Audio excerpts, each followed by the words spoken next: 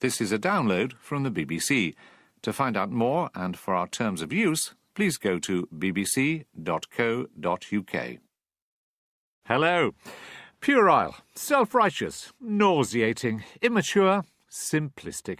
Now, to whom can listeners be referring? Can't be me. I only score 3 out of the 5.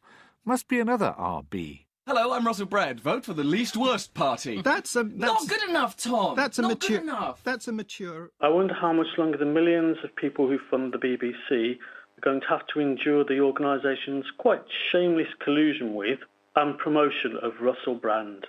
Many listeners were unhappy that Russell's brand of revolutionary politics and the book in which they are contained were given so much airtime on Radio 4's flagship discussion forum. Start the Week's editor is here to defend her decision. Also this week, sound that is behind, in front and at the side of you. We explore the technology of surround sound and binaural stereo. You, over here! It gives you a sense of space, and you could hear 2 distinct things going on simultaneously. 500 yards and a bullseye! And programmes which are repeated only minutes after they've been broadcast. What I wonder is what's happened to quality control about these things. Does no one at Broadcasting House listen to what you're putting out?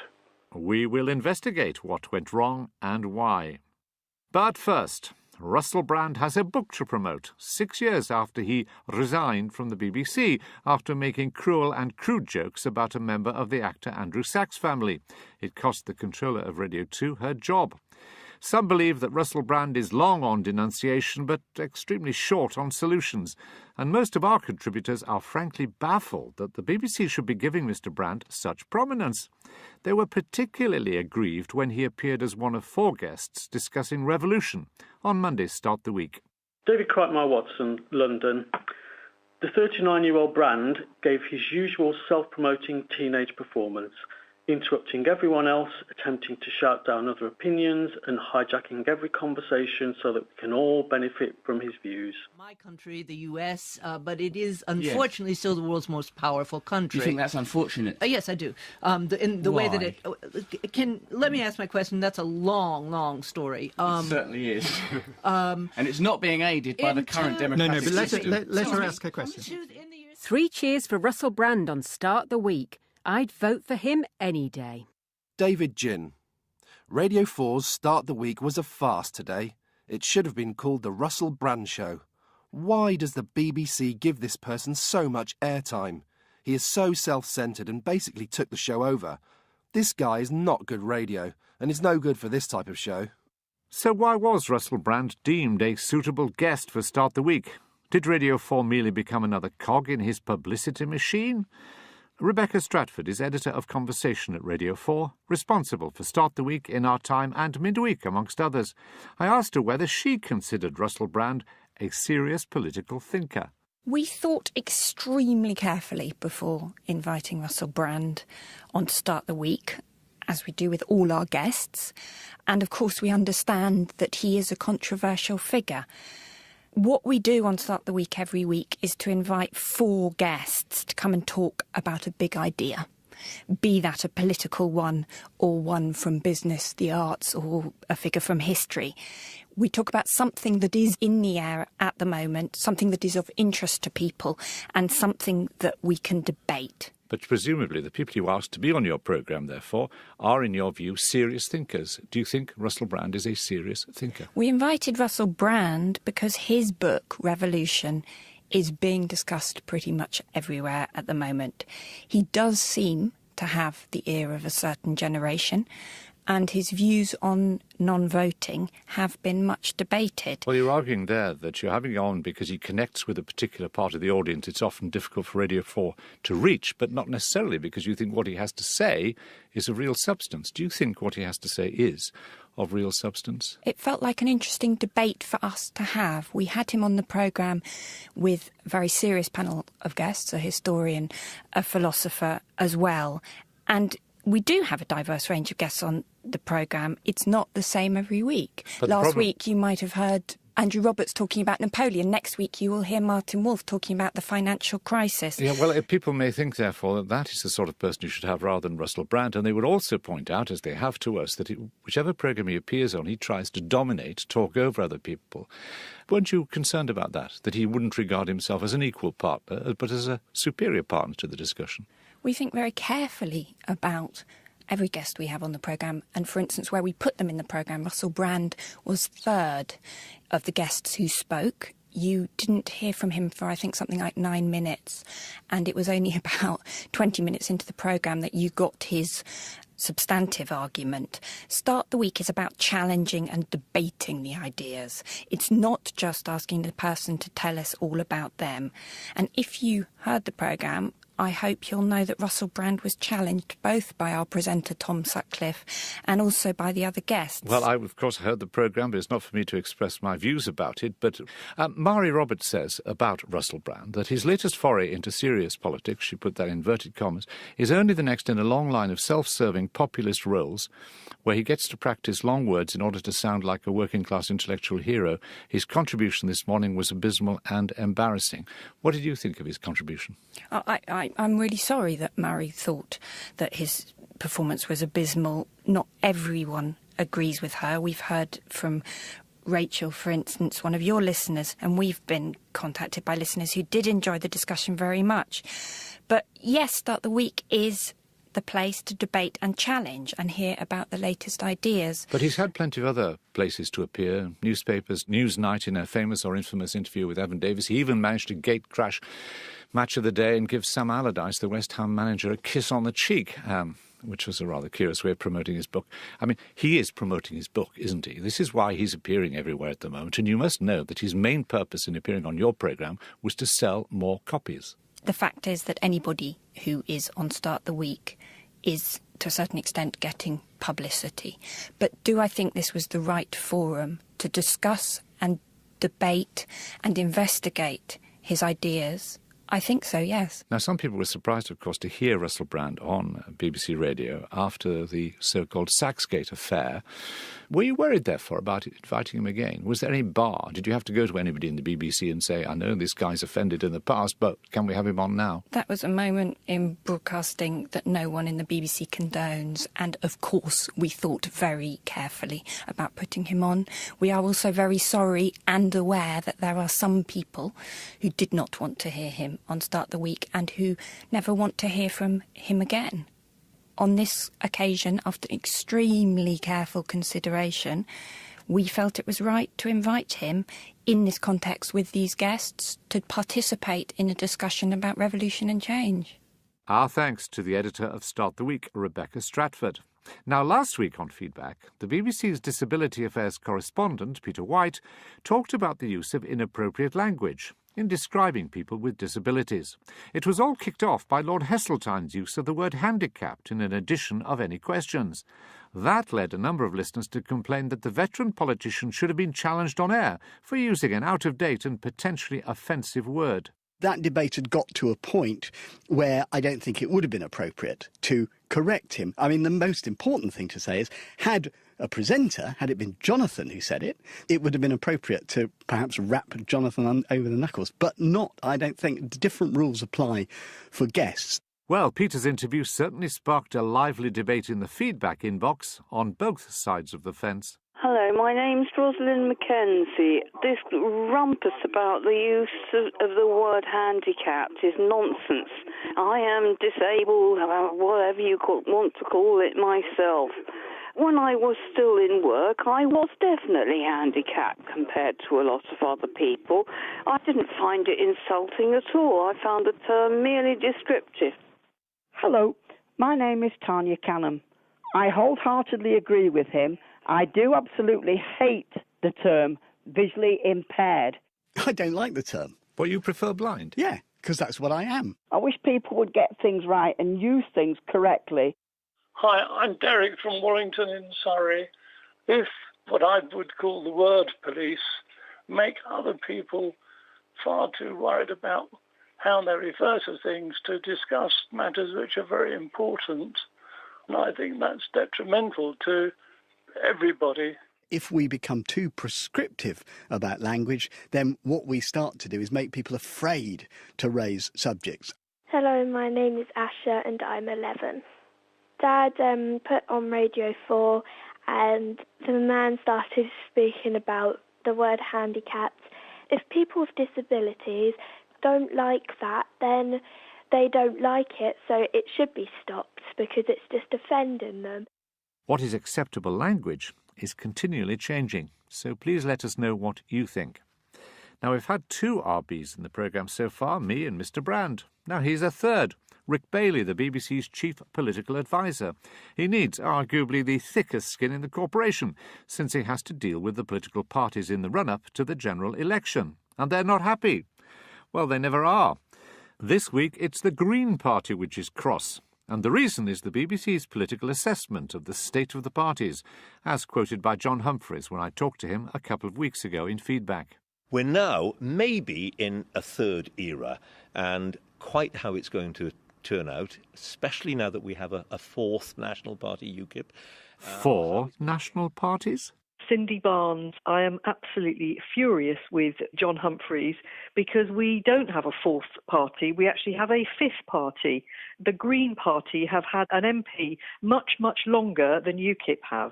Gavin Temple, I live in Edinburgh. I'm shocked and dismayed that the BBC has dug its feet in against the groundswell of opinion that you should be including the Green Party in political debates. You choose to give UKIP a platform. Your argument for not including the Green Party is that UKIP has more support. Any support UKIP has gained is largely because of the undue focus the BBC has given them. Andy Hornby from Lancaster. The BBC, supposedly non-partisan, will not allow the Green Party to debate alongside the major parties in the coming election debates. Since the European elections, the BBC has given a lot of coverage to UKIP, but very little to the Greens. If 200,000 signatures on a petition don't change their mind, what will? The Greens think there is a 5th national party, namely themselves, and they think they should be treated the same as the Liberal Democrats. This week, Rick Bailey wrote to them saying no, they would not receive equal treatment with the Lib Dems in the election debates next year. I asked the BBC's chief political advisor, why not? Well, when we're approaching an election, or for any of our coverage for that matter, we look really carefully at the objective evidence of electoral support. Now, in the approach to a general election, our starting point for looking at that is the last general election, what happened in 2010. But that's not everything. We also look at any other evidence of electoral support and change of electoral support in other elections. We look at opinion polls and so on. So we're applying a very objective criteria to that. So if a party has a sudden surge in the opinion polls, you aren't immediately going to reward them, as it were, with enhanced coverage, are you? No, opinion polls are only one part of the equation, and the key phrase there is a consistent and robust trend. So if you look at UKIP over a very long period, and I'm talking about literally hundreds of opinion polls, and over a period of a year or 2 years, you can see quite clearly that there is a substantial increase in support for UKIP, which incidentally is backed up by real people voting in polling booths. So local elections, Europeans, by-elections, all of those demonstrate much more support for UKIP than there was in 2010. But the Green Party would say, look, our popularity is creeping up. They would say, I know you disputed, that it's on a par with the Liberal Democrats now. So shouldn't that be recognised? Shouldn't that be acknowledged? OK, we apply exactly the same criteria. So if you look at the Green Party, it's absolutely true they got 1 MP in Brighton in 2010, and that was a substantial advance for them, and we take that into account. But we also look, of course, what happened in 2010 across the whole of the UK, where UKIP actually got 3 times as many votes as the Greens. And if you look at subsequent elections, the Green Party, again, they increased by 1 seat in the European elections, but they got slightly lower vote than they'd done in the previous election.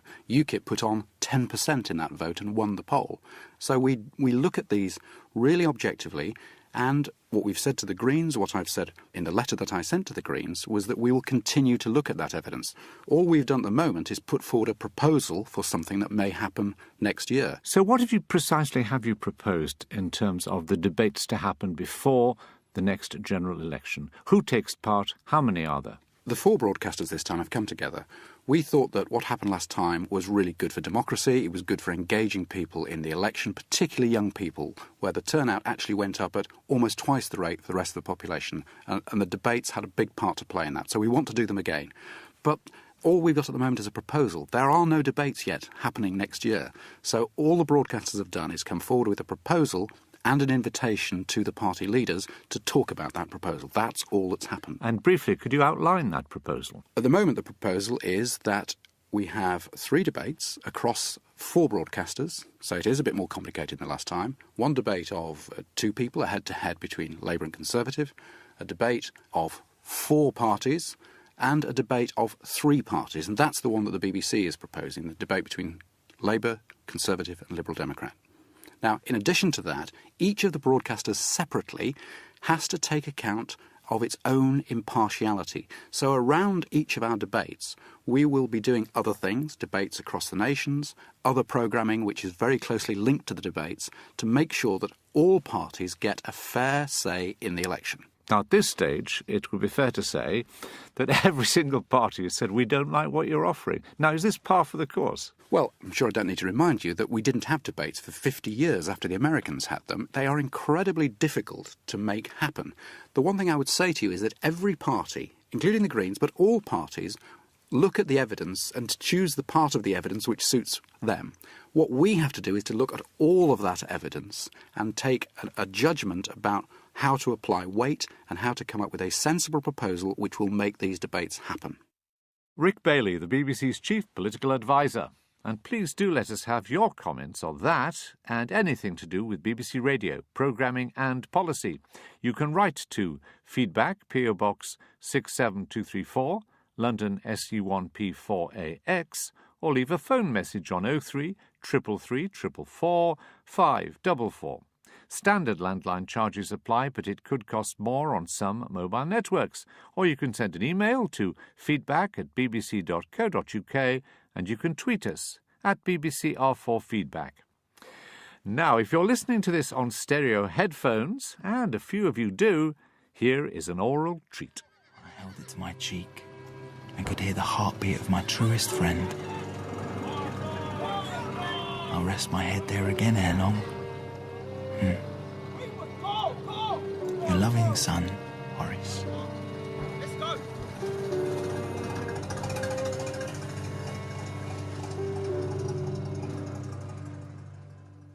It wasn't bad in mono. A clip there of Tommy's, Radio 4's ongoing World War I drama, in all its binaural glory, if you had headphones. Binaural, in case you don't know, and I didn't until very recently, is an audio system that imitates the surround sound effect so beloved of filmmakers, where effects envelop the cinema goer in a blanket of sound. It's everywhere, above, below, in front and behind. Well, at least that's the theory. There have already been a number of experiments with music, notably on Radio 3, but now the technology is moving into radio drama.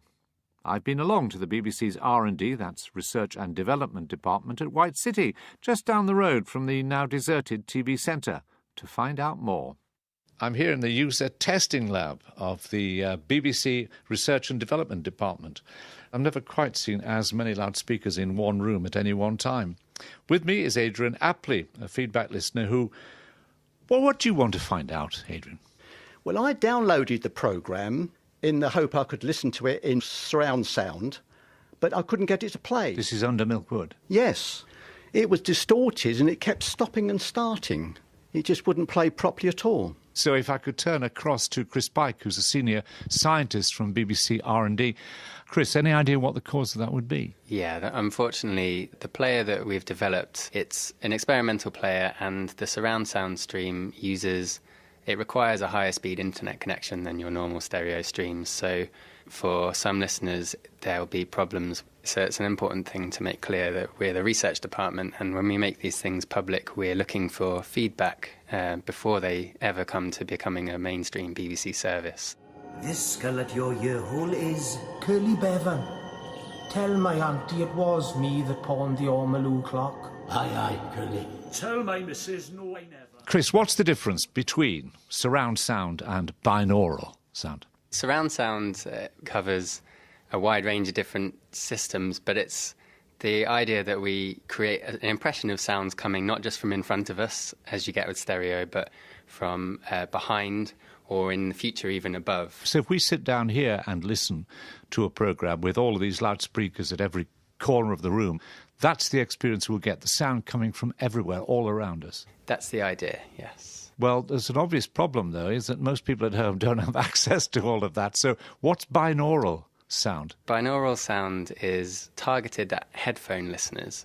What we're trying to do is create the same impression for listeners as you'd get if you had a surround sound system, but when listening on headphones. Well, can you give Adrian now an example of what he would have heard if he'd had the right sort of equipment or a computer who could keep up with what you're trying to do? Yes, absolutely. So we've got our surround sound speaker system here, and we can play some examples over that.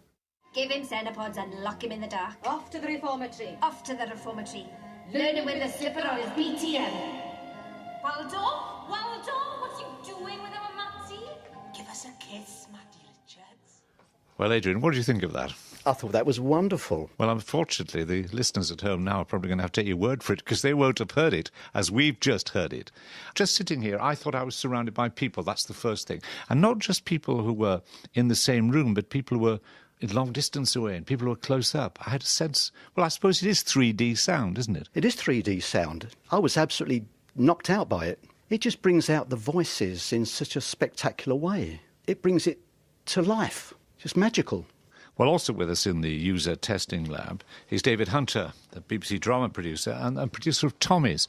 And you've had that recorded in binaural sound, David. Why? Why did you think it would enhance what you were trying to do? We're aware that we're playing to listeners listening on all sorts of different devices anyway. And this is simply just an extension of the ways in which people can listen and immerse themselves. I think that's an interesting word. People have been using the word immersive, letting yourself be sucked into a story. And we felt that this was a way that we could enhance the experience of a drama. One of the things that we were meticulous about is creating authentic sounds of First World War munitions, shells going over, shells exploding.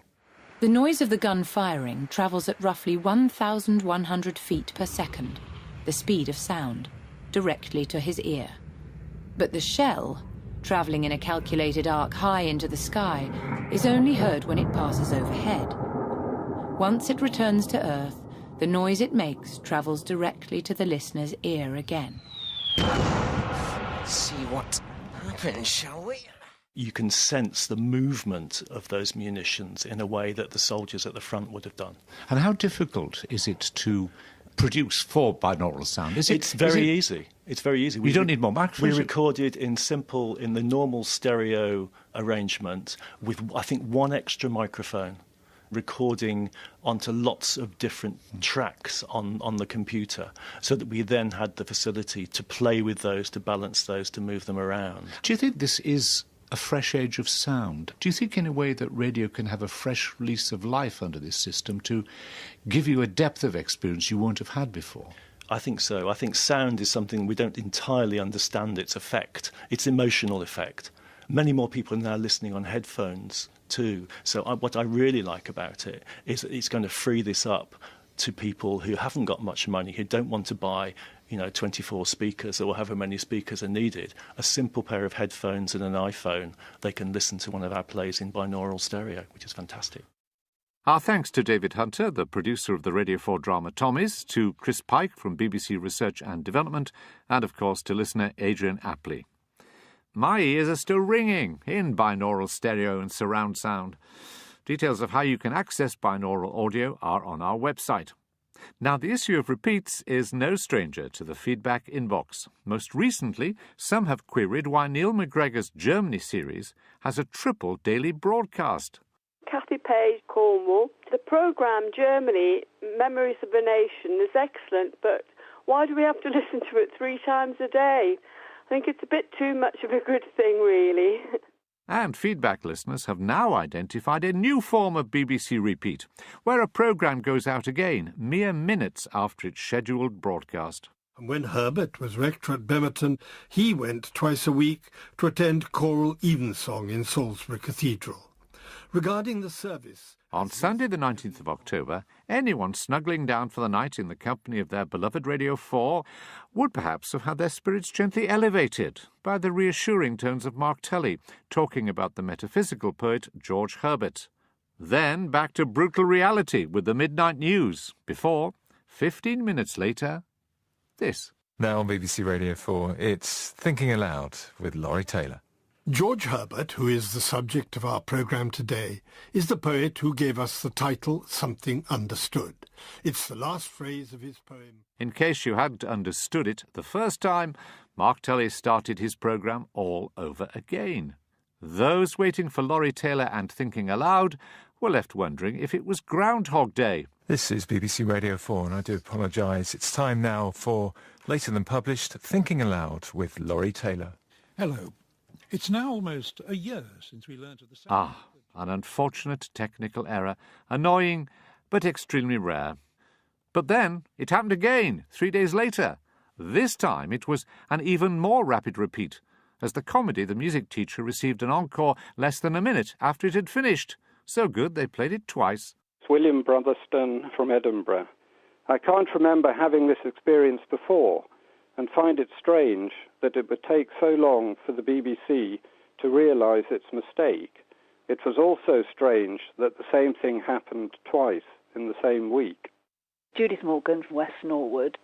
Both of these continued for some time. Does no one at Broadcasting House listen to what you're putting out?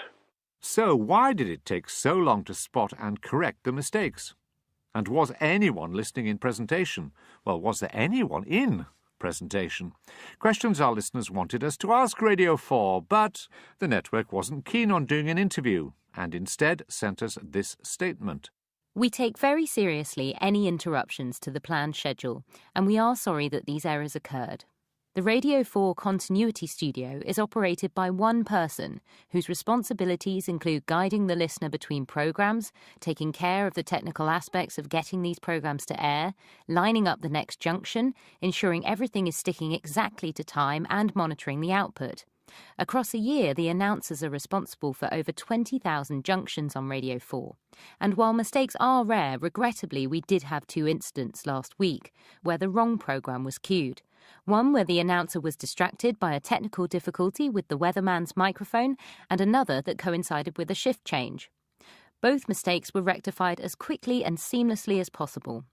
While it's not possible to guarantee that human errors won't occur in the future, we will continue to do everything we can to minimise them. So, it won't happen again, and again, and again, and again. Hello.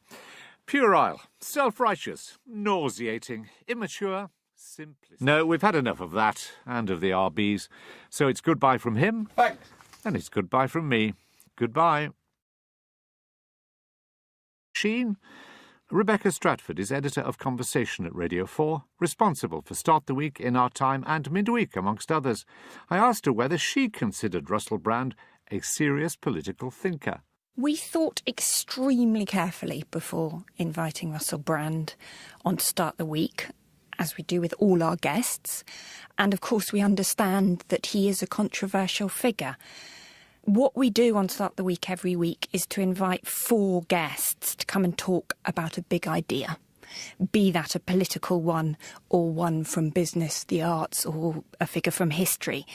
We talk about something that is in the air at the moment, something that is of interest to people, and something that we can debate. But presumably the people you asked to be on your programme, therefore, are, in your view, serious thinkers. Do you think Russell Brand is a serious thinker? We invited Russell Brand because his book, Revolution, is being discussed pretty much everywhere at the moment.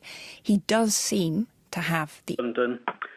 The 39-year-old Brand gave his usual self-promoting teenage performance, interrupting everyone else, attempting to shout down other opinions and hijacking every conversation so that we can all benefit from his views. My country, the US, but it is unfortunately still the world's most powerful country. Do you think that's unfortunate? Yes, I do.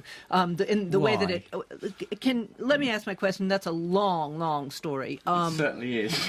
And it's not being aided by the current democratic system. Let her ask her question. 3 cheers for Russell Brand on Start the Week. I'd vote for him any day. David Ginn. Radio 4's Start the Week was a farce today. It should have been called the Russell Brand Show. Why does the BBC give this person so much airtime? He is so self-centred and basically took the show over. This guy is not good radio, and is no good for this type of show. So why was Russell Brand deemed a suitable guest for Start the Week? Did Radio 4 merely become another cog in his publicity mission? You, over here! It gives you a sense of space, and you could hear two distinct things going on simultaneously. 500 yards and a bullseye! And programmes which are repeated only minutes after they've been broadcast. What I wonder is what's happened to quality control about these things. Does no one at Broadcasting House listen to what you're putting out? We will investigate what went wrong and why. But first, Russell Brand has a book to promote 6 years after he resigned from the BBC after making cruel and crude jokes about a member of the actor Andrew Sachs family. It cost the controller of Radio 2 her job. Some believe that Russell Brand is long on denunciation but extremely short on solutions, and most of our contributors are frankly baffled that the BBC should be giving Mr. Brand such prominence. They were particularly aggrieved when he appeared as one of 4 guests discussing revolution on Monday's Start the Week. David Crichton-Watson. Ear of a certain generation, and his views on non-voting have been much debated. Well, you're arguing there that you're having on because he connects with a particular part of the audience it's often difficult for Radio 4 to reach, but not necessarily because you think what he has to say is of real substance. Do you think what he has to say is of real substance? It felt like an interesting debate for us to have. We had him on the programme with a very serious panel of guests, a historian, a philosopher as well, and we do have a diverse range of guests on the programme. It's not the same every week. Last week you might have heard Andrew Roberts talking about Napoleon. Next week you will hear Martin Wolf talking about the financial crisis. Yeah, well, people may think, therefore, that that is the sort of person you should have rather than Russell Brand, and they would also point out, as they have to us, that whichever programme he appears on, he tries to dominate, talk over other people.